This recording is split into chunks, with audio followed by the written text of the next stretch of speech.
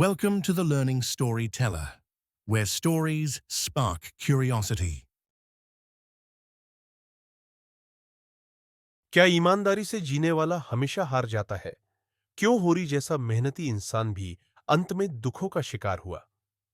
आज हम लेकर आए हैं गोदान कहानी का भाग 24, समाज की सच्चाई, जहां गांव के लोग यह समझने लगते हैं कि असली दोष व्यक्ति का नहीं, बल्कि उस व्यवस्था का है जो गरीबों को हमेशा दबाती है।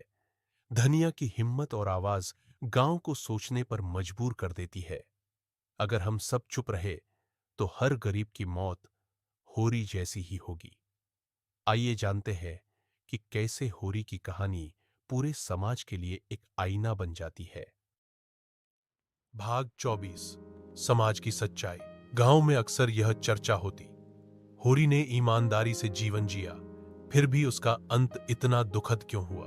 लोगों को धीरे धीरे समझ में आने लगा कि असली दोष किसी व्यक्ति का नहीं, बल्कि पूरी व्यवस्था का है।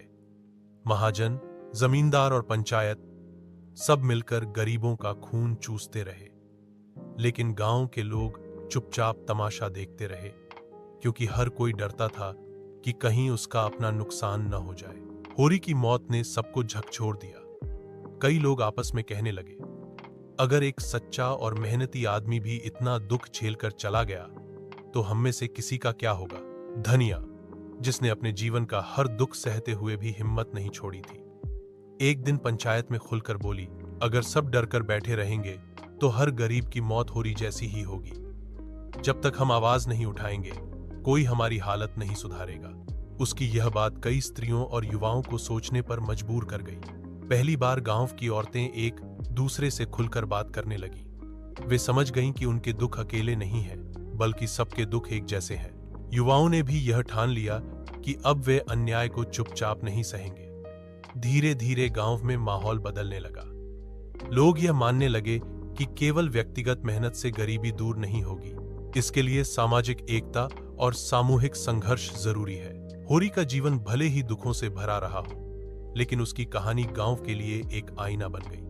अब सवाल सिर्फ होरी के जीवन का नहीं था, बल्कि पूरे समाज की सोच और ढांचे का था। शिक्षा, अन्याय के सामने चुप रहना भी अन्याय को बढ़ावा देना है। जब तक समाज मिलकर शोषण के खिलाफ खड़ा नहीं होगा, तब तक कोई बदलाव संभव नहीं।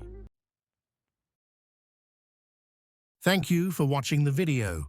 Please like, subscribe, and share.